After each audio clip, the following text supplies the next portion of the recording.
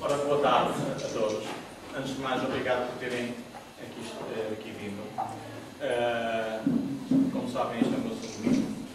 E eu, antes de vos começar a lançar, vou passar, e como é de bom tom, a palavra à apresentadora feminina. Primeiro são as senhoras, não é verdade? Portanto, vou-lhe passar a palavra e espero que gostem da apresentação e posteriormente do livro. Depois eu falo no fim para vos mostrar mais um bocadinho. Está bom? Então, Maria. Boa tarde a todos. Queria referir, antes de começar a apresentação do livro propriamente dito, que eu já tinha tido conhecimento da história, porque antes de ser uma obra literária foi um guião de um livro, não exatamente de um filme, sim. Não exatamente igual, tinha umas nuances, claro que agora foi mais desenvolvido, e eu, juntamente com outros colegas da secundária onde andávamos, participámos até nas primeiras filmagens, mas o projeto não foi em frente, isto por incompatibilidade entre os atores, alguns problemas técnicos. É um grande prazer para mim saber que o projeto foi levado em frente e que o professor não deixou esta ideia morrer. Portanto, este embrião passou e desenvolveu para uma obra que realmente é bastante interessante e deve ser lida com uma atenção especial. É uma obra diferente das outras, cada obra é uma obra, mas os livros diferenciam-se. Este realmente está num patamar superior e que deve ser lido com atenção. Passando então à obra, esta obra está dividida em 3 partes, que depois se subdividem por capítulos, o que eu penso que é bastante interessante, porque relata uma aventura e cada aventura tem o partir, tem a viagem e o regresso. E é assim que começa a obra. Portanto, a obra tem início numa fila de trânsito, temos uma personagem que eu não vou revelar qual é o nome, porque é interessante depois no fim perceber quem é esta personagem. E no meio da rotina matinal, lembras-te de uma música e nós quando nos questionamos, claro que toda a gente tem uma música ou uma banda que ao escutar nos faz enterrar memórias, nos faz olhar para o passado, e esta música tem este efeito catártico de relembrar o passado, e é isso que esta personagem faz, e começa a viajar. Viaja não só a própria obra viaja, mas a personagem também. E vai para o passado, vai buscar essas memórias, vai relembrar uma viagem que fez com 3 amigos. E é uma coisa que eu acho muito interessante na obra do professor Pedro Sá, é que a atenção aos pormenores deve ser feita. E não é a primeira, provavelmente nem a segunda, que se apercebe todos os pormenores que a obra tem. Temos, por exemplo, a música, como eu já referi. Note-se que só o referir o Tom Sawyer, para as pessoas mais velhas devem se lembrar, que como a letra refere, apetece logo descalçar. Temos, por exemplo, o tempo, a caracterização das épocas, ou seja, nós temos personagens que vivem naquele período pós-25 de Abril, ou pelo menos os seus pais, e a caracterização das famílias que acabam por se desmoronar, dos valores que são perdidos e que muitas famílias e muitos casais se divorciam. E estas personagens que vêm desta época, após 25 de Abril, em que os valores são perdidos, porque o lidar com a novidade é sempre complicado, e nesta altura lidou-se com a restauração das liberdades, e lidar com estas novidades são sempre complicadas. E há valores que acabam por não ir em frente, e estas personagens, que são jovens, que vivem nos novos subúrbios, não estão tão ligados à natureza, não conhecem o mar como ele é genuíno, não conhecem o campo, não conhecem o verde e a própria natureza.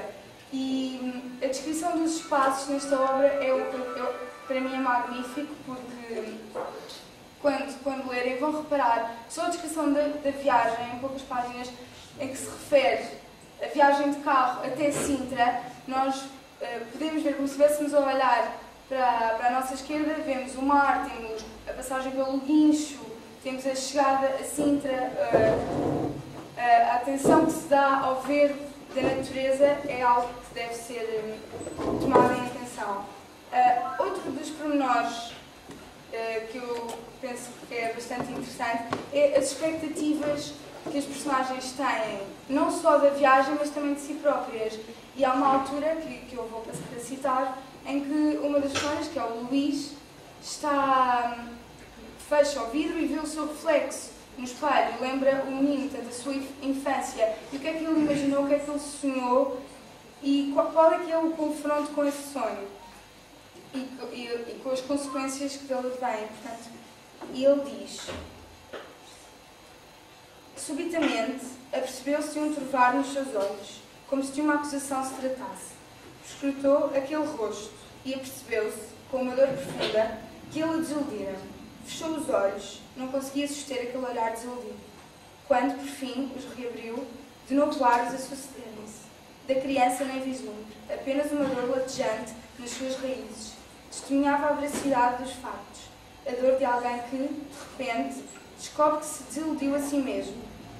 Esta será, porventura, a mais amarga das descobertas, quando nos apercebemos ter desiludido o eu do passado. É sinal de que nos desviamos em demasiada rota traçada.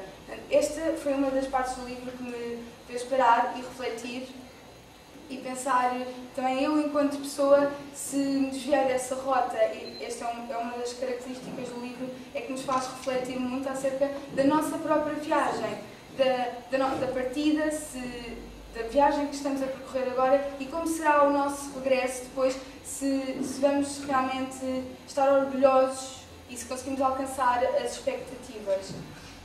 Temos também mais uma parte ainda na viagem que me pareceu harmoniosa, que são as relações amorosas. Portanto, nós temos 4 personagens que vão partir nesta aventura e que há paixões entre elas. Portanto, uma não é correspondida, a outra parece ser um pouco ignorada, mas há uma parte do livro que me fez chamar a atenção, em que é referido que no amor há etapas a seguir. Temos o gostar, o apaixonar e o amar, e nem todas as pessoas chegam à última etapa do amar realmente, porque é muito mais fácil permanecer na primeira ou na segunda etapa, em que o início de uma relação é sempre sorridente, nos faz sempre feliz, mas o passar à última etapa do amar e de ultrapassar os desafios, nem toda a gente consegue. E é uma coisa que nos chama também um bocado a atenção, e também tem a ver com as expectativas, se conseguimos levar tudo até ao fim, o próprio amor e as relações amorosas, se conseguimos levar até ao fim. Ainda neste capítulo das relações, temos também as relações entre uns e outros, entre as amizades, a verdadeira amizade, se são amigos que ficam para sempre, como é que vemos esses amigos.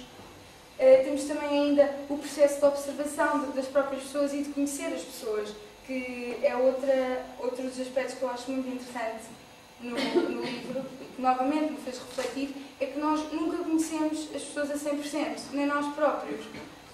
Nunca vamos ter a percepção total de uma pessoa. E este livro, por exemplo, dá-nos a compreender muito bem esta característica, em que há 2 personagens que não gostam uma da outra, é o Luís e a Sara, e que a certa altura, numa manhã, depois de passarem algum tempo juntos, começam a mudar a maneira, o que sentiam um pelo outro e o que viam um do outro, e começaram a mudar. E é nesta altura que eu penso que é a observação e a descoberta um do outro e de si próprio, que eu vou só citar mais uma parte do livro que me tocou muito. Quem tiver no livro, já agora, se quiser acompanhar, será a página 155. Em que diz assim: há uma altura em que o Luís se afasta dos amigos e se senta, e diz: por fim, o sol obrigou-o a desviar-se. Olhou no ramo próximo. Admirava, agora, a graça com que se alongava em contínuas multiplicações numa harmonia de matéria e céu, como se abraçasse o todo e tangesse a impossibilidade. De súbito, levou a mão ao rosto, contemplou as inscrições gravadas na palma e então sim, compreendeu.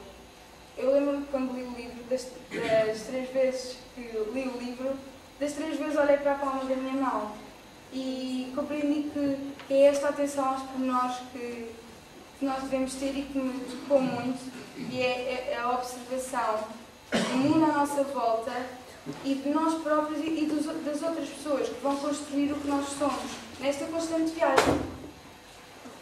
Voltamos então à fila de trânsito, portanto vamos regressar à personagem que está sentada no carro e nota-se que esta personagem tem a vergonha de não ter ido mais além, porque na sua viagem os 4 não vão ser capazes de ir até ao fim da questão. Que eu mais uma vez não vou revelar o que é que será muito mais interessante se lerem. Mas esta personagem novamente vai-se questionar das expectativas, dos sonhos, se os alcançou, porquê que não os alcançou, e aí nós próprios devemos olhar, e eu acho que o livro esta obra fez-me muito refletir deste modo, que é porquê que nós nem sempre alcançamos os sonhos que sonhamos, porque que nem sempre as nossas expectativas são alcançadas. Será o medo de falhar, o medo de desiludir os outros, ou de nos desiludir a nós próprios? Será que nos iludimos assim tanto? Ou devíamos tornar as expectativas um pouco mais reais? A verdade é que nem sempre tudo o que nós queremos na vida é alcançado. Mas, claro que em contrapartida há coisas que são alcançadas e o livro, queria rever o teu rosto ao entardecer, é o exemplo de algo que foi alcançado, que não se deixou morrer, foi sonhado, foi tentado, não à primeira, não à segunda, e foi criado numa obra que se tornou muito melhor do que, pelo menos na minha opinião, ainda melhor do que o próprio filme, do que eu conheci da parte do guião.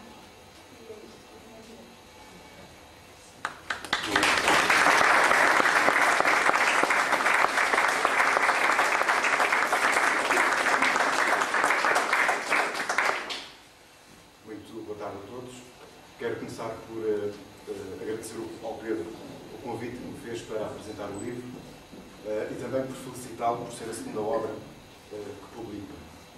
Nos tempos em que nós vivemos, precisamos de facto de criatividade, de pessoas que possam criar obras, que possam alimentar o nosso imaginário, que nos possam abraçar nos vários momentos da nossa vida. Eu, como não tenho o dom de oratória que tem o Pedro, optei por tomar algumas notas, e são estas notas que eu tentarei ler e transmitir aquilo que o livro me transmitiu e que acho que é um conjunto de ideias, de símbolos, de indicações que o leitor deve ter em consideração. Por isso, começo com uma pergunta. O que é que acontece quando lemos um livro? Eu quero responder a esta pergunta a partir do momento em que o Pedro me convidou para apresentar o seu livro, queria rever o teu rosto ao entardecer. Para falar sobre um livro, nada melhor do que deixar que o livro fale por si, que se apresente, que mostre a sua identidade. Leio-vos, por isso, uma passagem do capítulo 19 e convido-vos a acompanhar-me nessa leitura, que para mim, e parafraseando o filósofo alemão Martin Heidegger, é a clareira do ser do livro. Passo a citar. Tiago e Sara acabaram por lateá-lo. Nada disseram. Assim que os viu, Luís avançou para Bárbara. Eles seguiram-no. Desse modo, ficaram os 4 sobre a falésia, a quem verbo, a olhar a praia, que a seus pés se estendia até ao opulento e desafiador promontório, no incessante baile de ares, areias e águas.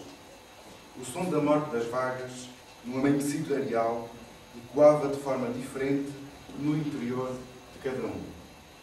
De certa forma, definia-os. Sim, o eco que damos aos sons do mundo indicia a vibração da invisível mão da alma, a tanger os acordes árquicos da nossa essência. Sara estremecia, embora disfarçasse. Tiago inquietava-se. Sim, de certa forma, tratava-se de uma inquietação respeitosa. Luís fascinava-se pela opulenta manifestação de poder de uma natureza gloriosa. Bárbara era espanto, porque o seu olhar revestia-se de um brilho de primeira vez, e dela emanavam infindáveis questões, inspiradas pelo eterno abismo divisor de realidades. Mas no alto daquela falésia, alumiada por um sol da manhã, todos comungavam indisivelmente, de um sentir virginal. Como se na multiplicidade de sons, de cores, cheiros, sensações e quase um sentido, dito de outra forma, perpassou-os a ideia de unidade. E no íntimo de cada um surgiu a imagem de um distante lugar de regresso. Nada foi dito, nada expressado. Isto só sucede quando percorremos as mesmas paisagens interiores. Fim de citação. Esta passagem é a clareira do ser do livro, porque exprime a presença do livro face a si mesmo, na sua multiplicidade, no seu sentido e na sua unidade. E ser presença é apresentar-se, é saber-se outro para si mesmo e para os outros. A descrição que é feita nesta parte da narrativa congrega e articula todos os elementos que alimentam a história do livro. E a história do livro é congregada e articulada pelo seu autor quando faz recurso à dimensão simbólica de três grandes elementos: os números, os nomes, as cores e o mito. Tentarei que o livro se apresente recorrendo a estes três elementos simbólicos. Vamos começar pelos números. A simbologia dos números é aquela que está mais à mão neste livro, devido à sua expressão relacional, eminentemente material. É da matéria que o livro arranca o sentido. É nos elementos da matéria que o livro faz nascer a sua dimensão simbólica, carregada de sentido, de relações e de paradoxos. Esta proximidade imediata traduz a natureza do próprio símbolo, que significa lançar conjuntamente, amontoar, reunir, ou seja, aproximar seres e ideias. Esta é a natureza geral da simbologia dos números no livro. Aproximar seres e ideias. O livro faz com que o símbolo surja então como um elemento nuclear na estruturação e na desestruturação das relações do homem consigo mesmo, com o outro e com o mundo. Vejamos brevemente, e através do livro, como a simbologia dos números aproximam seres e ideias. Falarei somente das simbologias dos números 1, 2, 4 e 7. Deixo os outros, obviamente, para o leitor. O número 1 surge apresentando o exclusivo e o singular, com a rejeição do diverso. Eis uma passagem do livro. Se começasse a somar o tempo que passo sentado dentro do carro, ao longo de uma semana, um mês e por fim um ano, o resultado só poderia ser um: derrame de vida. O rádio fala de um acidente qualquer, a umas centenas de metros à frente, do local onde me encontro. Já não me questiono porquê dos acidentes diários ocorrerem sempre à minha frente. Sim, porque todos os dias há pelo menos um. No livro, o número 1 é a expressão de um lugar, de um tempo, de uma situação, de uma coisa, de um passado, de uma memória, de um despertar, de uma unidade singular que ao acontecer, isto é, que ao vibrar na realidade, ganha sentido. Por isso o número 1 simboliza igualmente o nascimento dos sons no próprio livro. Eis a citação. Percebo que ele ouve música, pelo tamborilar ritmado dos dedos no volante. Que música ouvirá? Serão ecos da meninice? Não há sabor como os sons da infância. Uma neblina desprendia-se da terra. Havia uma multiplicidade de sons no ar. E nas árvores, mais próximas ao rio, Luís inspirou longamente. Aqui o som está relacionado com a simbologia do número 1 e surge somente quando os sons são singulares ou invocam um acontecimento singular. E mesmo a multiplicidade de sons é vista como uma unidade. O número 2 simboliza o par perfeito no elo de ligação passado-presente, mutável, imutável, positivo, negativo. Diz o livro: ficou em casa de uns primos, um casal com 2 filhas da sua idade. Uma cursou direito, a outra perdeu-se numa viagem até um intendente. O carro foi a prenda dos pais a quando da sua entrada na faculdade. Tiago estava no segundo ano de engenharia. O pai de Bárbara é contabilista. A mãe, funcionária pública. Tem uma irmã, a cursar veterinária. Moram num segundo andar. As irmãs partilham o mesmo quarto, cada uma com a sua cama, de ferro branco, ornamentadas com colchas de um rosa demasiado rosa e coroadas com uma boneca de louça sentada, vigilante, de um pálido fantasmagórico com um vestido antepassado. A simbologia do número 2 introduz também nos sons não na singularidade, mas na relação consonância e dissonância, silêncio. Súbito, acorde para a histeria da música. Para a dissonância, já me basta a realidade exterior. Mudo, uma vez mais, de estação. Silêncio. Até que, lentamente, começo a ver o passado. Assisto à magia do alvor da memória. É notável verificar que toda a simbologia do número 2 anda em torno de um par, de uma relação dual, exceto no caso dos sons, que a paridade de consonância e dissonância introduz o silêncio, não para dar lugar a um som ou a um ruído, mas para fazer nascer um lugar, a memória. O número 4 surge como os 4 cantos da terra, ou se quisermos, os 4 elementos, tudo símbolos da totalidade. Tiago e Sara acabaram por ladeá-lo. Nada disseram. Assim que os viu, Luís avançou para Bárbara. Eles seguiram. Desse modo, ficaram os 4 sobre a falésia, a quem verbo, a olhar a praia que a seus pés se sentia até ao opulento e desafiador promontório, num incessante baile de ares, areias e águas. Até parece que a falésia e todos os elementos da natureza só ganham sentido, só formam um todo com a presença dos 4 sobre a falésia. Ou seja, é a presença do homem, a presença do homem é o elo de ligação entre os elementos e a sua superação. Porque somente o homem é capaz de olhar e de ver os elementos na sua conjugação e na sua disjunção.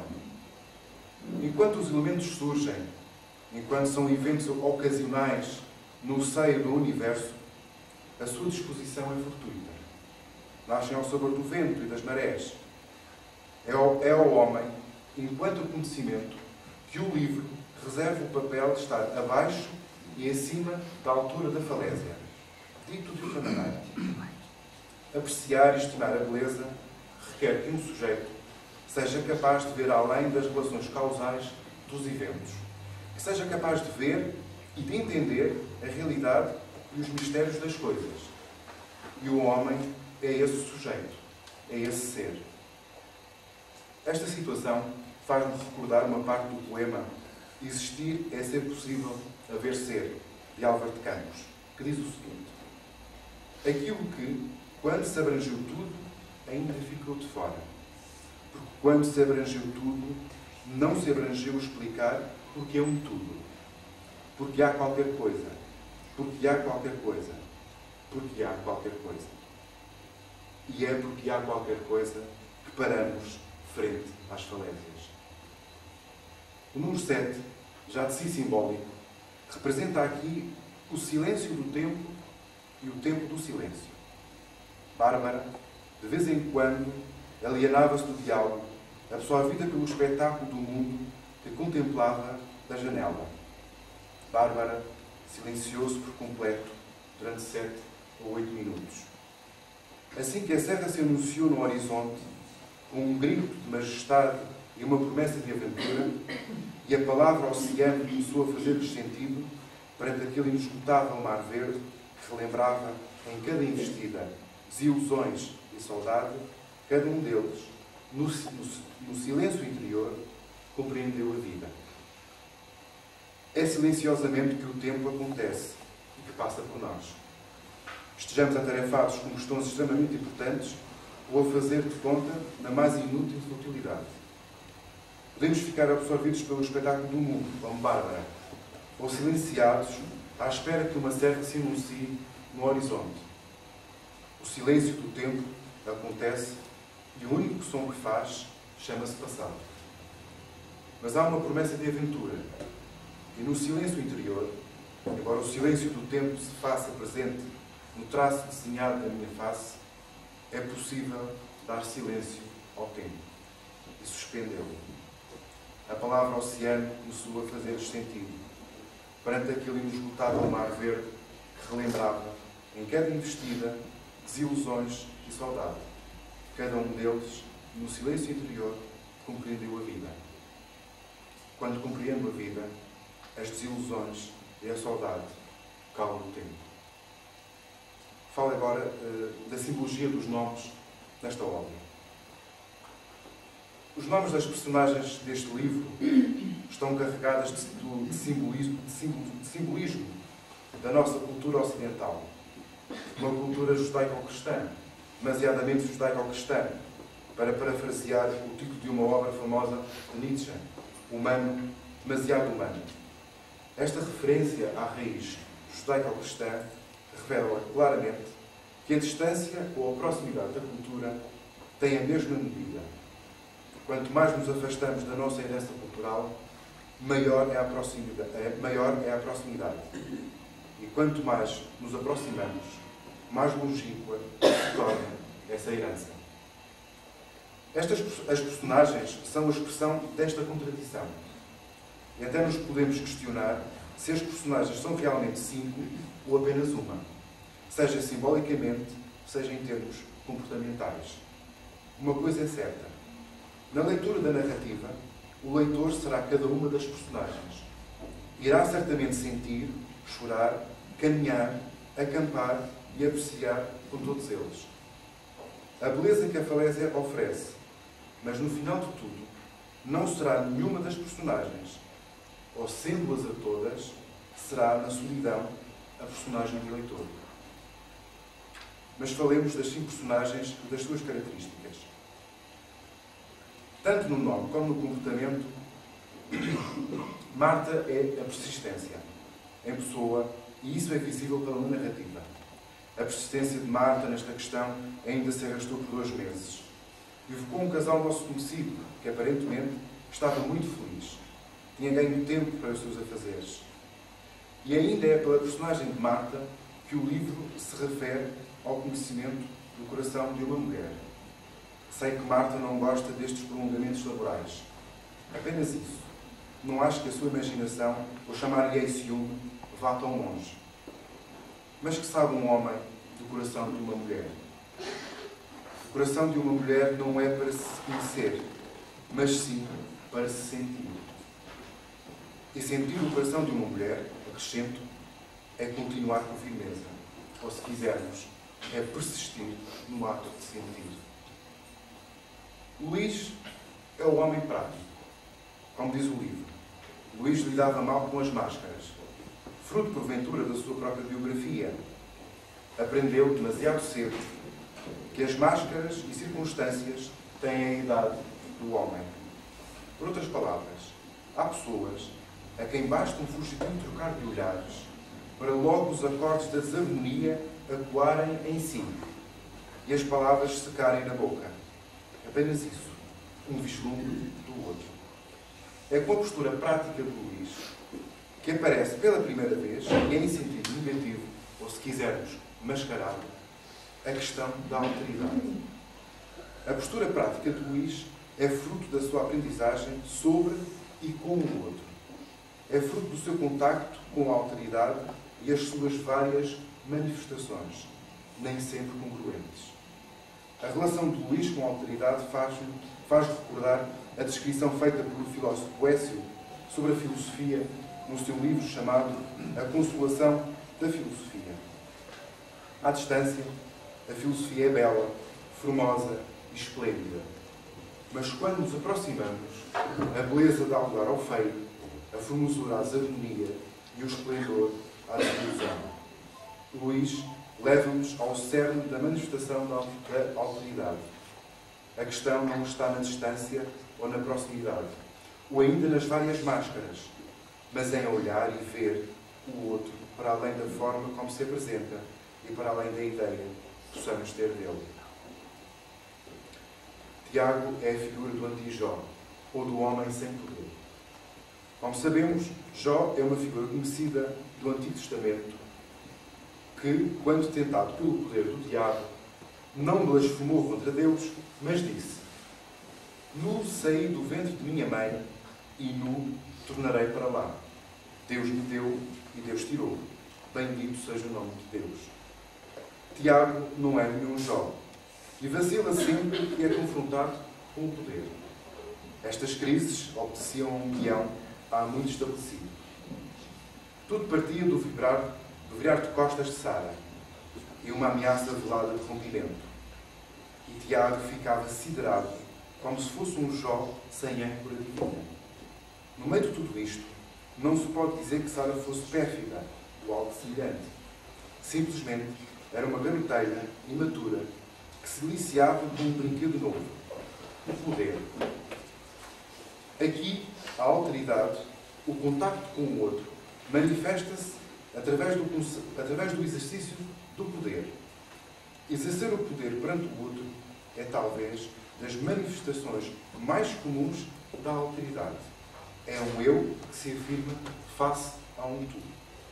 O poder exercido por Sara sobre Tiago, mais do que uma manifestação de domínio ou de subjugação, é um grito de contrapoder. Sara necessita que a sua presença, que a sua alteridade encontre eco na alteridade de Tiago. E encontrar eco é saber que o outro nos devolve a nossa alteridade. E com isso é a nossa identidade que se afirma. Sara representa a ambição e a aparência. Mantinha uma relação conflituosa com a mãe. Tinha vergonha do analfabetismo materno. Nunca o confessou a ninguém. O que Sara nunca percebeu é que analfabetismo e inteligência são duas coisas distintas. A forma de Sara se posicionar face ao mundo, numa atitude de permanente desafio, escudada pelo mimo paterno. A personagem de Sara não sabe esperar pelo acontecer do mundo. Sara toma as rédeas dos eventos e faz o mundo acontecer. E fala acontecer à sua medida, supondo que as coisas são, quando na verdade as coisas não são. Sara desafia o mundo, mas depois não é capaz de enfrentá-lo. Não tem coragem, nem a força para aguentar os embates com as respostas do mundo. Sara espelha bem a figura de uma mulher criança. Por fim, Bárbara. Bárbara é o espanto e a inteligência.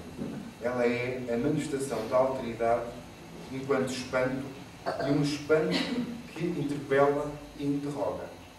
Bárbara será sempre a expressão daquela questão continuamente em suspenso, que a cada resposta fortalece mais o seu ser questão. Vejamos. Luís, como sempre acontece no resto do chão do amor, não se recordava da primeira vez que vira Bárbara. Sim, frequentaram a mesma escola. Sim, ter-se-ão cruzado centenas de vezes. Sim, tinham conhecidos em comum. Mas em que momento? A sua ausência lhe amargou o rosto e sentiu pela primeira vez o silêncio dos acordes da sua voz. E terá-me o seu nome. Sem fazer um grande esforço, consegui elencar 4 ou 5 situações que a seus olhos fizeram Bárbara ganhar cor, ao mesmo tempo que o mundo empalidecia. E sem sabermos, somos um outro. Bárbara tem uma particularidade rara, a de emanar o precioso e raro brilho da inteligência. Bastava para o efeito sentir, por uns instantes, a singular intensidade do seu olhar. Não era uma outra coisa. Luís sabia do que se tratava. Mas as palavras fugiam-lhe. Não lhe fugiam, porque ele nem sequer as encontrara. Bárbara, no fundo, não nos olhava. Bárbara lia-nos. A inteligência surge, assim, pelos sentidos, pela singularidade de um olhar. O conhecimento aqui não é um racional lógico, mas um racional intuitivo, que não necessita de percorrer todas as etapas ou todos os encadeamentos de juízos para saber o todo. Este tipo de conhecimento que na Grécia Antiga era vedado aos homens porque divino, surge como uma centelha que se mantém sempre acesa no feminino. Atrevo-me a dizer, se a Prometeu coube a tarefa de roubar o fogo aos deuses para ser dado aos homens, a narrativa deste livro dá à mulher, enquanto expressão do feminino, a tarefa de zelar por esse fogo. Termino com a simbologia das cores e do mito. A cor é uma manifestação da luz ou da maior ou menor ausência dela. As cores estão associadas às notas musicais, aos dias da semana, aos planetas que eram conhecidos na Antiguidade, aos elementos da Terra. A cor representa a unidade diferencial, ou, se quisermos, a multiplicidade de que a unidade é capaz. Todas as cores encontram-se articuladas entre si e suspensas de uma única coisa, a luz. A narrativa do livro recorre à cor para trazer à memória sentimentos, para evocar cheiros e para fazer acordar emoções. A cor surge, em primeiro lugar, como um poder que é capaz de trazer à luz do dia acontecimentos passados. Cito: agora sou um passageiro da memória e viajo à mercê do seu passo. E começo a sentir os odores, a cheirar as cores e a rever as emoções daqueles dias, enquanto ascendo a azuis de outrora. É o azul, a cor que se evidencia logo à partida, como sendo cor da memória e a cor capaz de fazer recordar.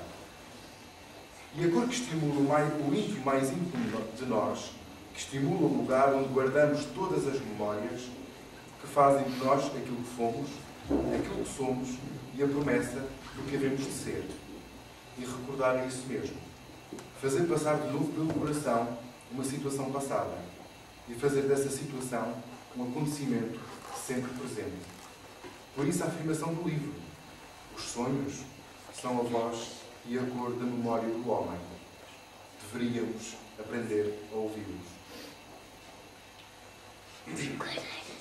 Existe uma cor que não é cor nenhuma, mas a predisposição ou a capacidade de ter cor, que é a expressão ganhar cor, e é várias vezes utilizada pelo livro.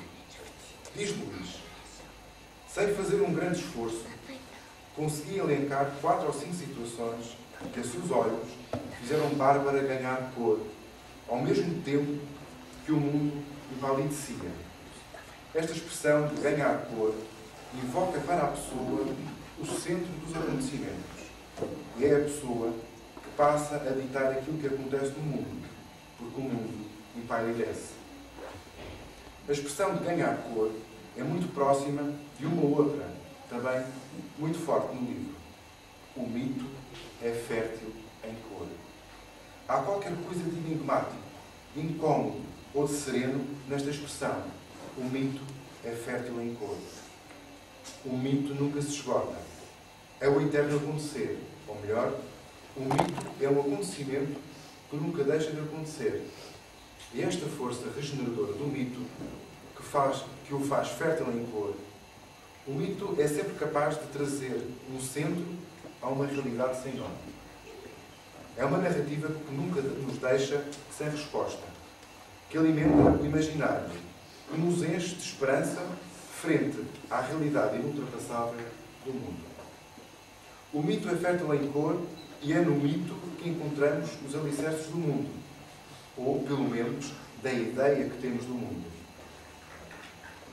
E cito o livro: o mito é o respirar do sentido. Estas verdades ainda não lhes eram tangíveis, mas Luís, ao aperceber-se da desilusão generalizada, recuperou o mito e assim o local começou a transfigurar-se a seus olhos. Por outras palavras, a realidade passava a ser vista pela lente do mito, fértil em cor e ruído. O mito centra-nos face a nós mesmos e face aos outros. Dá-nos uma perspectiva frente ao mundo e à transcendência. O mito não mente. O mito é mente, é inteligência, é espírito, é a capacidade de conceber sem se esvaziar. O mito concebe, mas é o homem que estrutura, que organiza segundo uma ordem e uma liberdade. E é face a essa organização de ordem e de liberdade que somos prisioneiros, diz a narrativa. Porque só nos apaixonamos por ideias, precisamente a ideia que formamos do outro.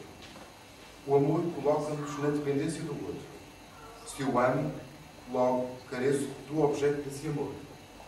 Numa outra perspectiva, abro em mim portas que apenas me vão fragilizar enquanto sujeito. O livro assume a fragilidade e a finitude como resultado do encontro do mito com a alteridade. É frágil a relação de Sara e Tiago, como é frágil o acabar do namoro ou retomá-lo.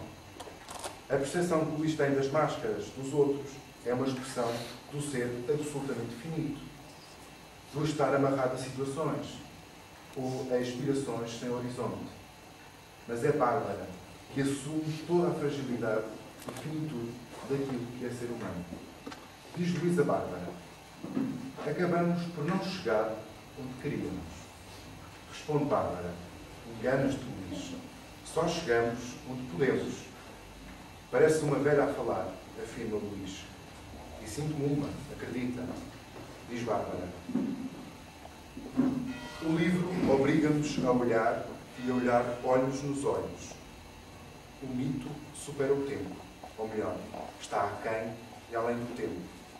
Quando o mito se confronta com a alteridade e faz surgir a fragilidade e a finitude, conduz-nos inevitavelmente à linha do tempo, ou, para dizer melhor, circunscreve-nos à nossa temporalidade, aos impossíveis que nunca faremos, aos possíveis que fizemos e aos possíveis que, embora pudéssemos fazer, nunca o tempo nos foi oportuno. Olhamos olhos nos olhos para a imensidão das coisas que podemos e fazemos e ficamos a contemplar outras coisas que podiam ter sido, mas são jamais. Esta é a nossa fragilidade, a nossa finitude e o tempo que passa por nós. Querer rever o teu rosto ao entardecer.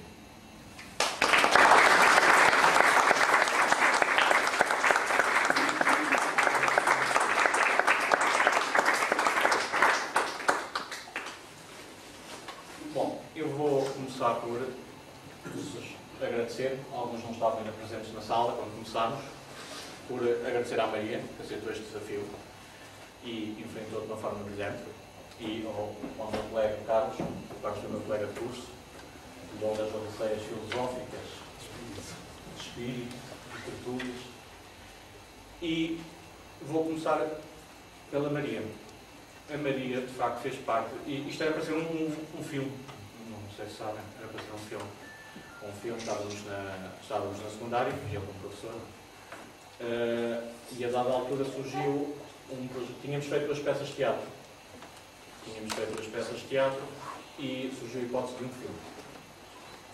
Bom, e então eu comecei a esboçar um guião. Depois, por umas vicissitudes, fim do ano letivo, uma série de coisas, acabou por se desvanecer o projeto do filme. Depois ainda se retomou, ainda se chegou, estava-se numa cena numa casa, com uma determinada tipo de vista, chegaram a ir lá à casa.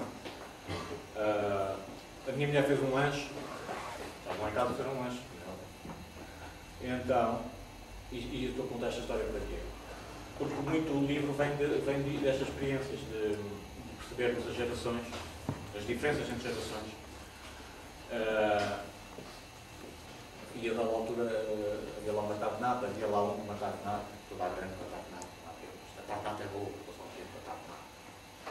Bom, aquilo filmou-se, não filmou. Foram-se embora e nem obrigaram. Nem olharam para trás, nem sorriram. E isto fez-me pensar, onde é que nós estamos a caminhar? Isto está complicado. O que é que aí vem? É que eu fui da geração do com licença do obrigado, e a minha geração foi cuidada de rasca. E eu digo, bom, se a minha geração era rasca, meu Deus, o que é que temos? Atenção, há aqui um par de exceções, a Maria, o Rui, o Miguel, o Irvânio e alguns por aí. Mas fez-me pensar. E então eu vi logo, isto está condenado ao mau lobo, este projeto, isto não está condenado. E o pior na vida é perder tempo. E então eu continuava com um sujeito numa fila de trânsito e ouvir uma melodia. E eu continuava com isto e com isto. E eu disse, bem, eu tenho que fazer isto alguma coisa, não? Este material é bom demais para ser desperdiçado. E daí nasceu este livro. Nasceu este livro. E eu gosto muito deste livro. Este livro é muito prazer escrever. Me deu muito prazer escrever. E aqui está ele. Fruto de uma loura num projeto de um filme. É curioso. Como sabem, isto é o meu segundo livro. Este é o segundo. É muito curioso vermos as reações a um primeiro livro. É muito curioso. Vou contar-vos uma história, se me permitem. Querem ver uma história? Sim. Em relação ao primeiro. É uma história muito cheia. A história é assim. Houve uma senhora que teve no primeiro lançamento, adquiriu o livro e, passado uns tempos, eu e a minha mulher encontramos a senhora. Bom, eu na minha inocência infinita, que de facto é infinita, pergunto à senhora, gostou do livro? E a senhora responde-me assim, giro, muito giro. E eu disse, obrigado. Ora, é que giro não é um adjetivo para um livro. Se me disserem, um carro é giro, um casaco é giro, mas botas são giras, bom, tudo bem. Agora, um livro giro, eu sou mau. E fiquei a pensar. Mas as mulheres são mais sábias do que os homens. E a minha mulher se sorra ao ouvido. Ela não leu. Bom, aqui fez luz, lá está. As mulheres são mais sábias do que os homens. O homem que se julga mais sábio do que uma mulher engana. Porque a mulher é mais completa. Ela pode gerar vida, nós não. E eu, voltando à minha infinita inocência, questiono a senhora. Gostou da cena da cobra? Isto é uma brincadeira da escola primária. Para sabermos se o colega foi ver de facto o filme. Gostaste da cena da cobra? Isto é uma coisa muito velha. Não é assim tão velho. Pelo menos na minha idade. E eu pergunto à senhora, gostou da cena da cobra? E a senhora, na sua infinita sapiência, gostar. E eu disse assim, não, és uma sábia. Bom, fez o favor de não aparecer, evidentemente. Não sei se foi mordida por uma cobra, encontrou uma cobra no caminho. Bom, este livro, nós estamos aqui perante um objeto que é o objeto livre. Poder-se-á questionar o que é isto? O que é isto, o livro? O que é isto da literatura? Onde é que começa a literatura? O que é ler? Será que os toques literários estão fornecidos pela literatura? Será que é o código? Ou o código já não era código, ou foi código e agora deixou de ser? Isso é literatura. O que é literatura? Alguém me sabe responder o que é literatura? Alguém quer? Só você para responder o que é literatura? Só de conhecimentos. Perdão? É só de conhecimentos. Soma de conhecimentos? Depende, soma de conhecimentos de quê? Se for de ciência não é literatura, não é? Se for de matemática também não. Soma de conhecimentos vários. De conhecimentos vários. Então um cientista que escreva um livro é literatura. O Fernando Pessoa tem uma frase que reza assim: a arte começa quando o simples ato de escrever não chega para expressar a própria vida. Isto aqui é começar. Ou seja, quando o viver não chega para expressar aquilo que eu sinto, é necessário qualquer outra coisa. E essa qualquer outra coisa que é a literatura, ou que é a arte, ele tem um célebre verso que diz que quando eu chego àquele terraço, a beleza está além, mas então eu vou para outro terraço e a beleza está além. Ou seja, é um constante, é um contínuo, essa beleza, por procurar essa beleza. Por isso eu fico siderado quando vejo os toques literários e os programas e de facto o que se vê na televisão. Há muito... Eu costumo dizer aos meus alunos, às vezes os putos chegam lá, esse ler é uma chatice, muito aborrecido, muito chato, estar a ler, não sei o que mais. E eu respondo, não, ler não é chato, nem é difícil, ler é tramado. Ler é tramado, é um desafio. O que é mais fácil?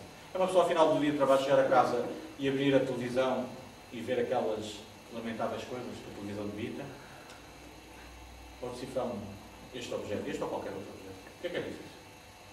Qual é o caminho mais difícil? É tentar esmiuçar isto, descer ao fundo, perceber o que é que este gajo ou qualquer outro quer dizer, ou estar ali, passivamente, a receber aquilo. O que é mais difícil? Alguém me está a responder? Onde conforme? Boa resposta. É uma boa resposta, conforme. Porque o outro é um desafio à inteligência. São dois desafios à inteligência, de certa forma. Conforme estão com tantos fatores que se nós fôssemos É verdade. falar agora sobre ele, tínhamos ali um E de bocado, facto são, aquele- e estamos perante dois desafios à inteligência. Aturar aquele ou tentar desmiuçar isto. Não é verdade? Não era aturar aquilo, era conversar com aquilo. Não é aquele. Aquele programa de televisão. Ora bem, Não te falar. este livro circunscreve-se a uma determinada época do tempo. A época do pós-25 de Abril. A sociedade portuguesa, antes de 25 de Abril, tinha os três valores. Deus, pátria e família. Portanto, tinha este triângulo, estes três vetores. E a sociedade portuguesa estava exatamente a normalizar por estes três fatores. Veio o 25 de Abril. E este quadro de referência dissipou-se no horizonte. E eu creio que ainda hoje não houve um novo quadro de referências para a sociedade portuguesa. Isto é uma posição muito pessoal. De facto, não houve. Ainda estamos à procura de novos valores. E, de facto, a questão dos divórcios, a questão da queda da instituição família, de facto, parece que estamos perdidos. Continuamos à espera de... O Beca tinha à espera do Godot, nós estamos à espera do Dom Sebastião, novamente. E eu creio que falta, não só Portugal, mas ao mundo atual, um grande filósofo.